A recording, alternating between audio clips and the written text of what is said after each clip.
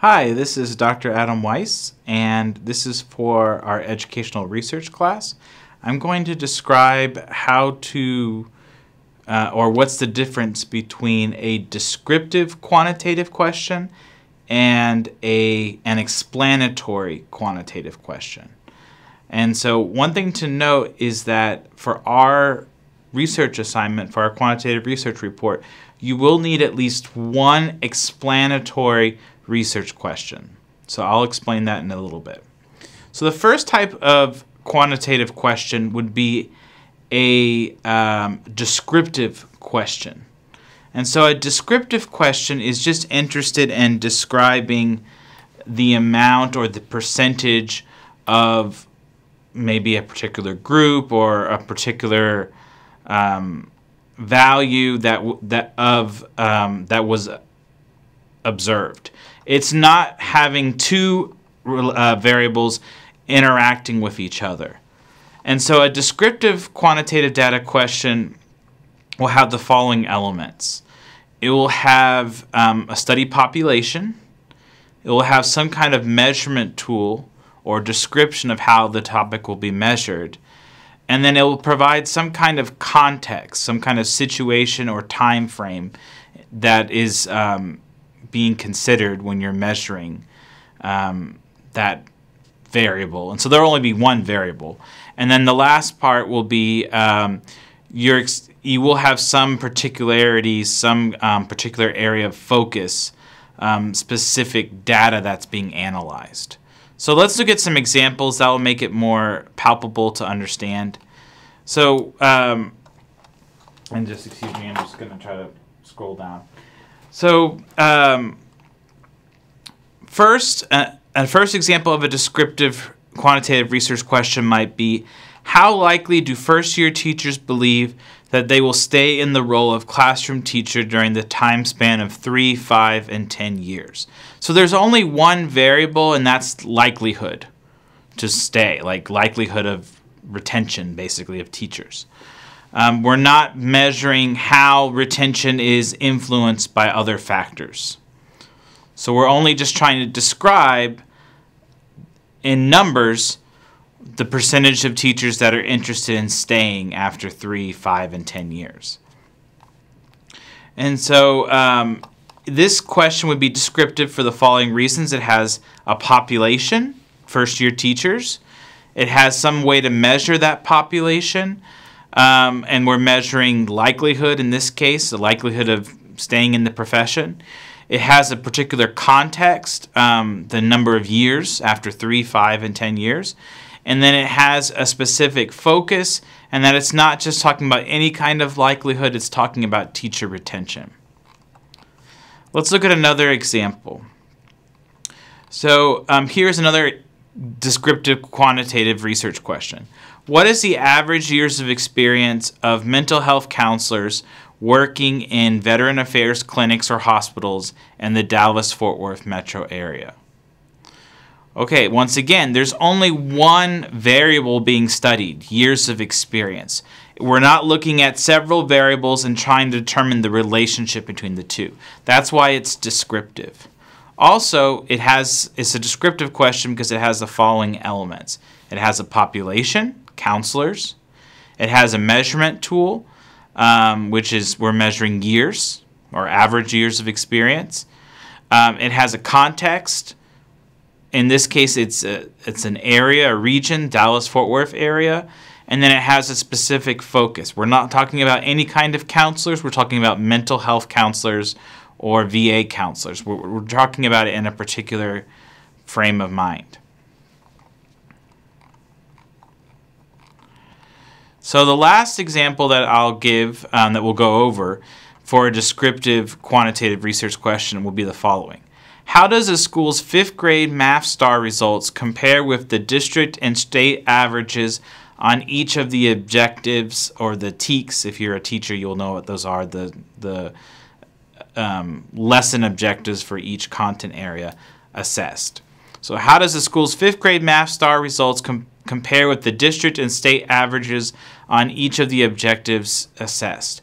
So there really is only, even though we're looking at several different things, like there's different components of this. We're only actually looking at one thing. We're looking at a school's math star data.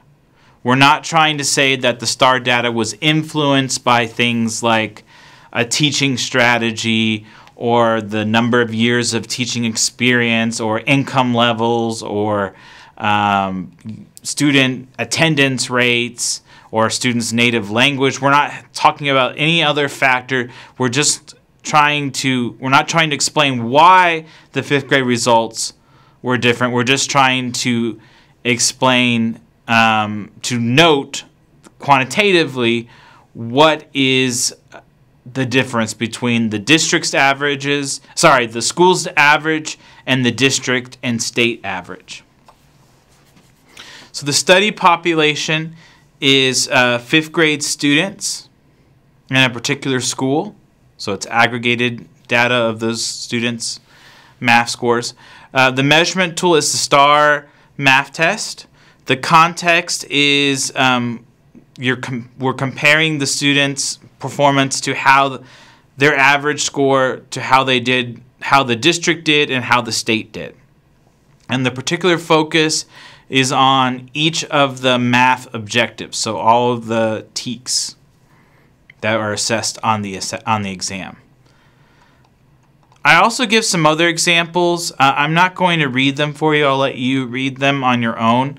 This document is posted in our folder, Quantitative Data Collection, and you can see some other examples, but you'll notice that in each of them there's only one variable being studied and there's no explanation for why this variable is that value. It's just looking at what is that value of that variable.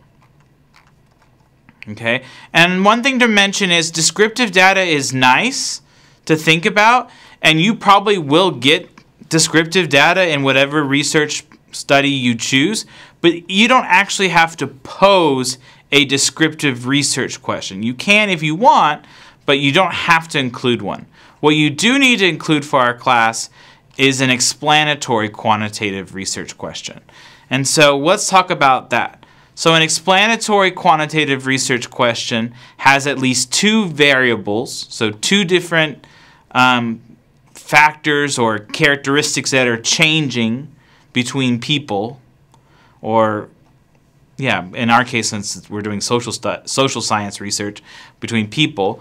And then an explanatory research question will have an independent variable. And if you need more explanation of this, please refer to my quantitative research video that I've posted. But an independent variable, just to review, is the variable that's kind of like in charge of the relationship. It's changing on its own with no influence of any other variable. It's just changing on its own. It's determining its own fate. And so sometimes we call it the predictor variable. And then it also should contain a dependent variable. A dependent variable is the variable that's being influenced, or that's changing based on the independent variable. So the dependent variable is the outcome that you're trying to study. And so sometimes we call it the outcome variable. It's the resulting variable that we're looking at that is changing based on the independent variable. And one thing I do want to note, for our class, I want you to choose independent variables that can be that can be ranked from least to greatest in some way, so ordinal variables. So I don't want you to pick variables that are nominal variables that would just be different classifications that are name-based, like political party or gender or race. I don't want you to use nominal variables, and the reason why is because when we get into the very rudimentary, very basic statistical analysis we'll do for our class, we need to have 2 variables that can be converted into numbers in some way. And so we need variables that can be ranked from least to greatest.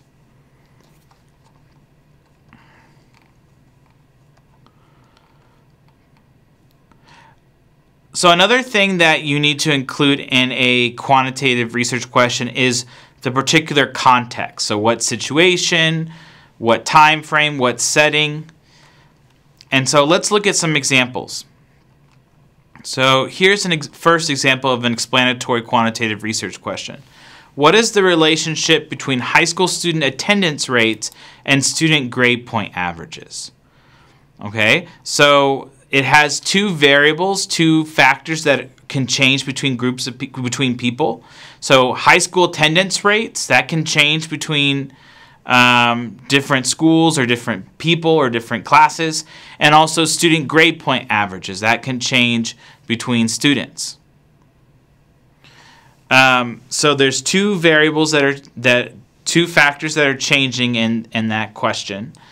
In that relationship. So now let's determine which one is the independent variable and which one's the dependent variable. So which one would influence the other or act on its own without needing to consider the other variable?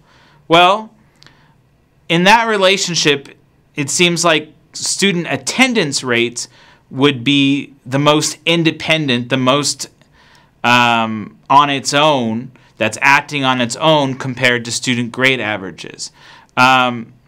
Students are choosing whether or not to attend the school, and that could in turn influence the number of days they attend school could influence how much content they receive and therefore their grade point averages. So the most logical explanation of that relationship would be that attendance rates could influence grade point averages. So the attendance rate, since it's the one affecting the other variable that's kind of driving the relationship, it would be the independent variable.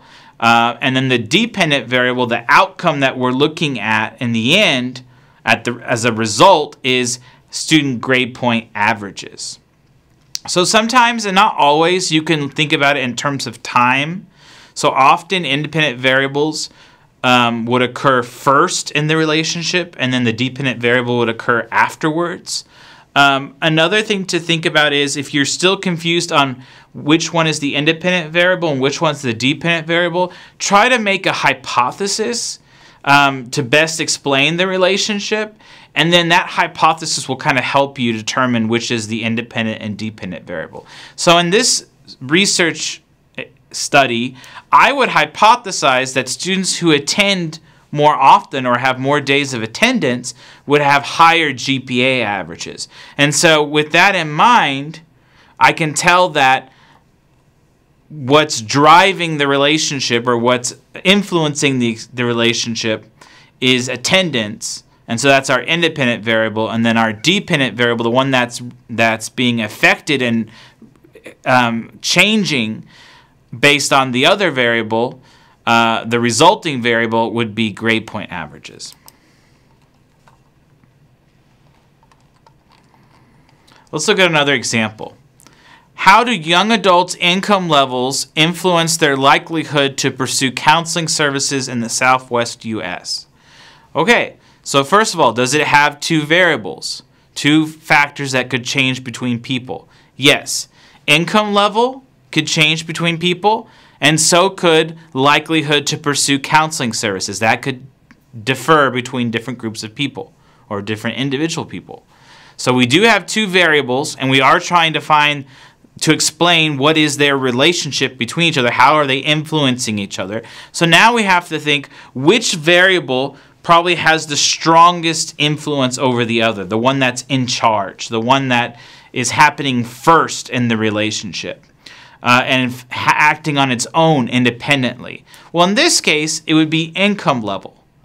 A person's income level, for the most part, will not be affected by how likely they are to pursue counseling. I mean, unless they went to counseling 24/7 all day, that could maybe affect their income level. But overall, someone's income level, the money they earn on their job, would be something on its own that's not influenced by the other variable, likelihood to pursue counseling services. However, on the other hand, the likelihood to pursue counseling services could be influenced by income level, because people who perhaps don't have very high income levels might be not have the economic resources to pursue counseling. So they might not be likely to pursue counseling just because they don't have the resources. So because one variable is on its own independent and is not affected by the other variable, which is income level, that would be our independent variable. The other variable, the dependent variable, likelihood to pursue counseling, that is being influenced in some way, that could be changed by the other variable, by income level, that would be your dependent variable. And then the particular context is young adults in the Southwest United States. So we're not looking at all adults, we're looking at young adults, and we probably have to define that. And then, of course, Southwest United States, we'd also have to define that. But the key takeaway is that the independent variable is the income level, and the dependent variable is the likelihood to pursue counseling. And you could even, if you still were confused, you could once again pose a hypothesis. So my hypothesis would be people who have low income levels would have a low likelihood to pursue counseling just because they can't afford counseling in the United States, because it's mostly for-profit, pay as you go, or pay per counseling session. So that would be my hypothesis. And so the variable that's in charge, that's determining the other, is the independent variable is income level. And then the variable that's being affected, that's being resulting, and that's being influenced by the other and dependent on the other, the dependent variable is likelihood to pursue counseling. Let's look at one more example. How does the amount of participation of third grade students in a summer academic enrichment program influence student performance on grade level vocabulary assessment? So this was kind of similar to one of our descriptive questions earlier, but notice that in this question there's two variables and they're trying to have an explanation between the two. One of the variables, one of the factors that's changing across people is the amount of participation. One third grader might have participated 20 days, the other third grader might have participated 25 days or even 0 days. And then the other variable that's changing, the other factor or condition that's changing across people is how students perform at at a grade level vocabulary assessment at the end of the program, or after the program has concluded.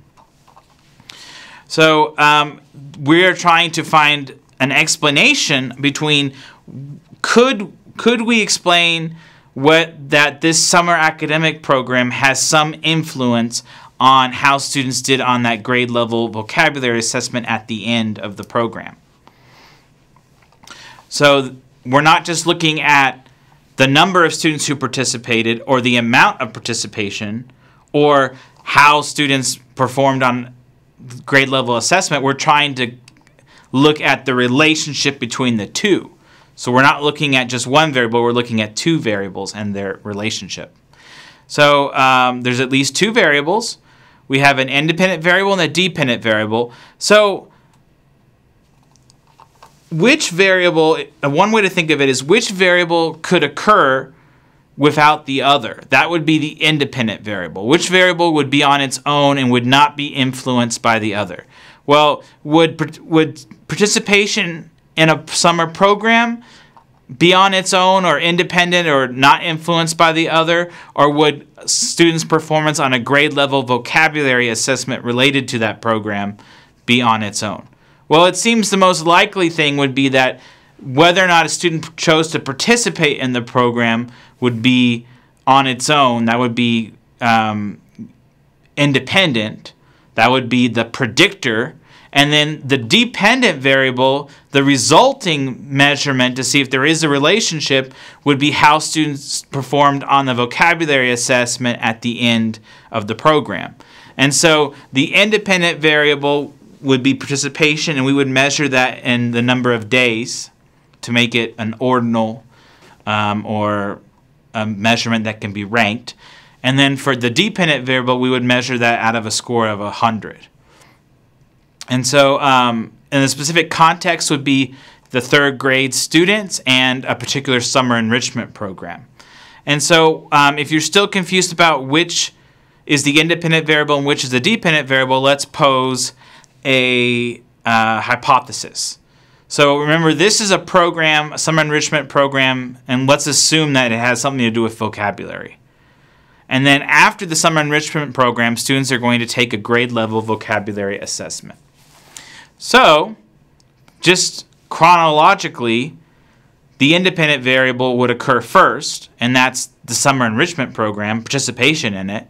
And then the dependent variable occurs later. So chronologically, it makes sense that the participation would occur before the vocabulary test at the end and performance on the vocabulary test. But also, if I was going to formulate a hypothesis, I would assume that the more days that a student participated in this summer enrichment program that was related to vocabulary, the better students would do on an assessment post-program or post-summer on vocabulary. So my assumption would be the more days that students attend, the more content, the more vocabulary they practice, and then the better they would do on the vocabulary assessment. So because I'm saying that participation is influencing vocabulary performance on the test, the variable that's influencing the other would be the independent variable, and so participation in the program would be the independent variable, and then the outcome variable, the dependent variable that's being influenced and changing based on the independent variable, would be performance on vocabulary assessment. So the outcome we're trying to see at the end would be our dependent variable, and that would be how well students performed on the vocabulary assessment after the program ended. There's some other examples, and I'll let you read them on your own, but once again, the reason why these are explanatory quantitative research questions are because they have two variables, two different variables, and we're trying to explain whether or not there's a relationship between the two variables. Later, when we get to quantitative data analysis, we'll learn how to describe that kind of relationship. Whether it's positive, whether both variables are growing together or increasing together, or is it negative where one variable is increasing or the other variable is decreasing. But we'll go over that in much more detail in a subsequent video. But I just wanted you to note that there are descriptive quantitative research questions and explanatory quantitative research questions. For our class, you need to have at least one explanatory quantitative research question that has two variables, and you're trying to explain the relationship between the two. And so you'll need to have an independent variable and a dependent variable, and you'll have to identify them when you come up with your research question. If you choose to have a descriptive quantitative research question, that's fine. You can have a second question. You can have more than one research question, but you need to have at least one explanatory question. If you want to add additional ones that are descriptive or even another explanatory research question, that's fine, but the minimum is one explanatory quantitative research question. All right, thank you very much. I appreciate you all's attention, and stay tuned for further videos.